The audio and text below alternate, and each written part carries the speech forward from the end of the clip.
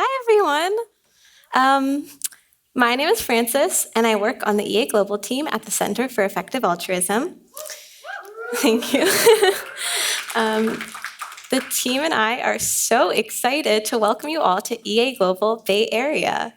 Our very first EA Global focused on global catastrophic risks. So as far as conference themes go, this one's a bit of a downer. So why did we decide to do this event? Well, first, we think this work is important, and so do all of you. We all experienced a devastating pandemic just 3 years ago, yet governments seem unprepared for future ones. Countries around the world still hold over 12,000 nuclear warheads in their arsenals, and 2023 was the year hundreds of AI experts came forward to say that they're worried about AI as an existential risk. So there's a lot at stake here. But fortunately, thanks in part to the community that we're building here, progress is being made to reduce these risks. For example, we now have the Secure DNA Foundation, which is working on a robust screening system for DNA synthesis to make it more difficult for bad actors to create dangerous pathogens. And in 2023, we saw both an executive order from President Biden on AI safety and the launch of the UK's AI Safety Institute. We're grateful to everybody trying to move the needle here, and we also think events like EA Global can help facilitate this work. Every EA Global, we receive so many amazing stories from attendees like you, people coming up with new projects, finding new collaborators, changing their views within their field of expertise or their high-level priorities, attendees finding jobs, and organizations finding new hires. So we're really excited to build on our past events and continue experimenting with what EA Global can do. So thank you for trying something new with us this weekend.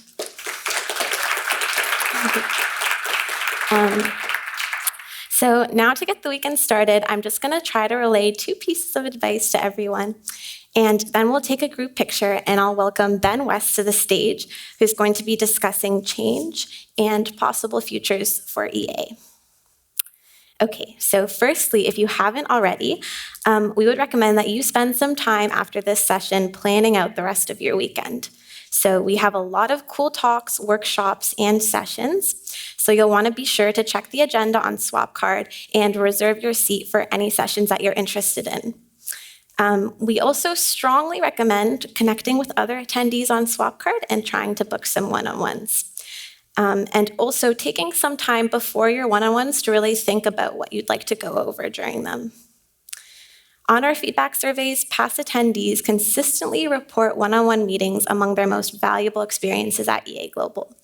They're just a fantastic opportunity to form lasting connections and to individualize your conference experience and go over things that are specific to you and your work. If you find yourself with some free time and you're not sure what to do, this time we have a spontaneous encounters area that's in Exhibit Hall East 1. So you can go there and find some attendees to have impromptu chats with. The second tip, which we say every time, is to please take care of yourself this weekend. So we have about 850 attendees and a packed schedule. So if you find yourself needing a break, please do take one. You can always step outside the venue. And we have a roof terrace accessible from the 4th floor. We also have a nap room and a quiet working room on the 3rd floor of the venue.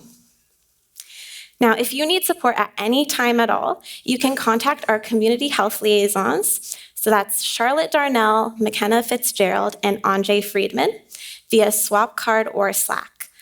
Please have a really low bar for reaching out to them. They're available if you need any support at all for any reason. For example, people keep telling you their AI timelines, or or if you've had an uncomfortable interaction with another attendee, whatever it may be. If you're not sure how to get in touch, you can always check the attendee guide, or you can ask any volunteer and they'll be able to connect you with community health. Okay, finally, I would just like to say a huge thank you to the EA Global team and to our amazing volunteers for making this weekend possible.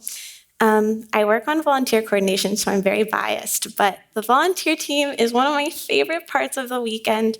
Every time, it's just so wonderful coming together as a group to put on this whole production. So if you ever need help on site, you can always flag a volunteer. They're wearing blue t-shirts that say volunteer on them. Thank you all so much for coming, and welcome to EA Global Bay Area Global Catastrophic Risks.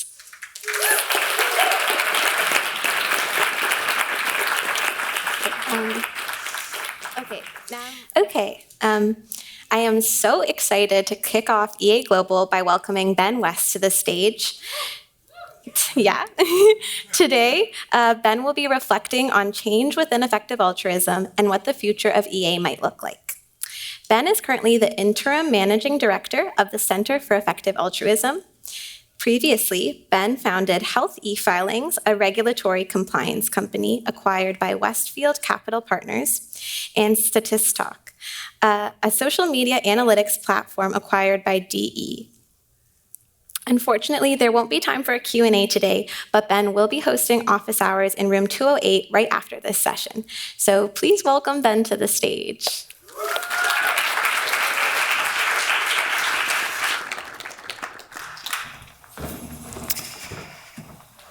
All right, good morning, everyone.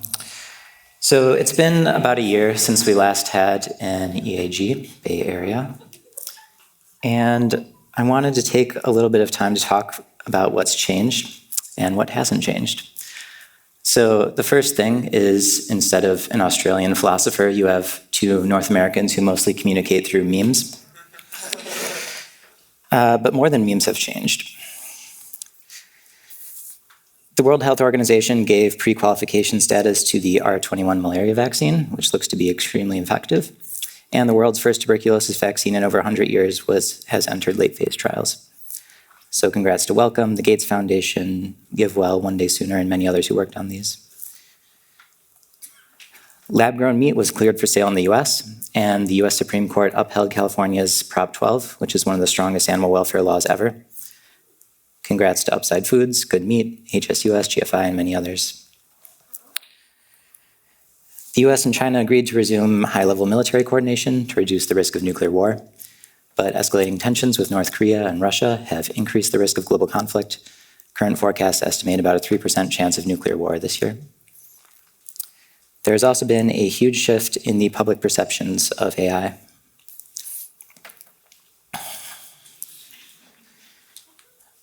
A year ago, GPT-4 didn't exist, nor did Bard or Llama. Concerns about AI were fairly obscure. Since then, we've had a US executive order on AI, the UK started an entire AI Safety Institute, NIST published an AI risk management framework, and the NSF announced an AI safety RFP. Major figures have spoken about risks from AI, including two of the three godfathers of deep learning and Barack Obama. FLI and CASE published widely shared letters expressing concern about the risk from AI, signed by a long list of leading researchers, and major mainstream publications have echoed these concerns.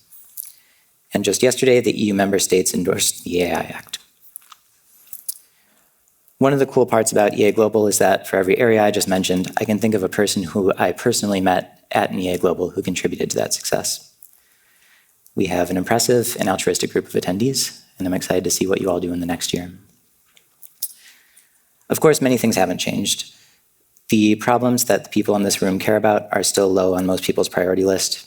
AI safety is still a fringe worry. The World Economic Forum just released its top 10 global risks over the next 10 years, and I think it bears very little resemblance to the list that many people in this room would create. Even relatively mainstream programs like PEPFAR, the President's Emergency Plan for AIDS Relief, are at risk of being defunded. The EU dropped its planned animal welfare reforms, and Italy banned cultivated meat. The amount spent on biosecurity research is minuscule for action of life sciences research.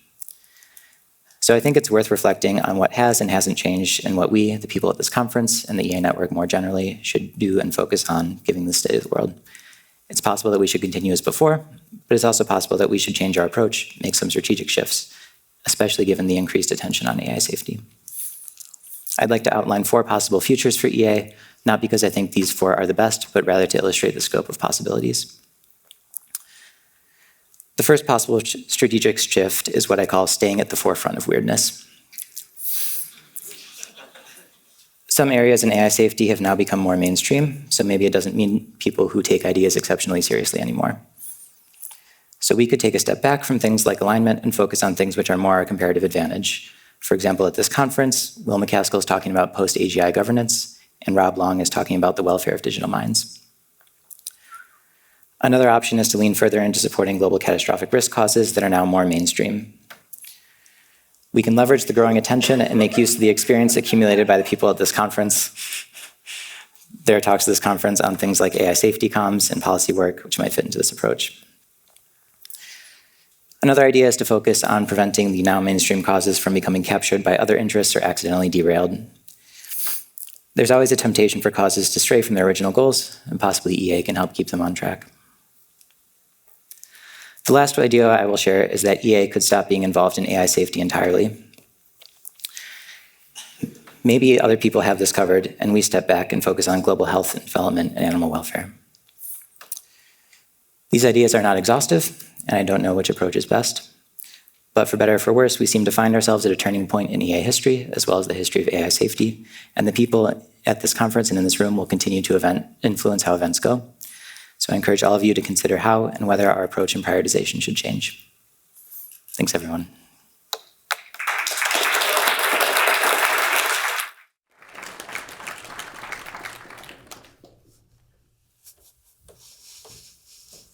Okay, thank you Thank you so much, Ben.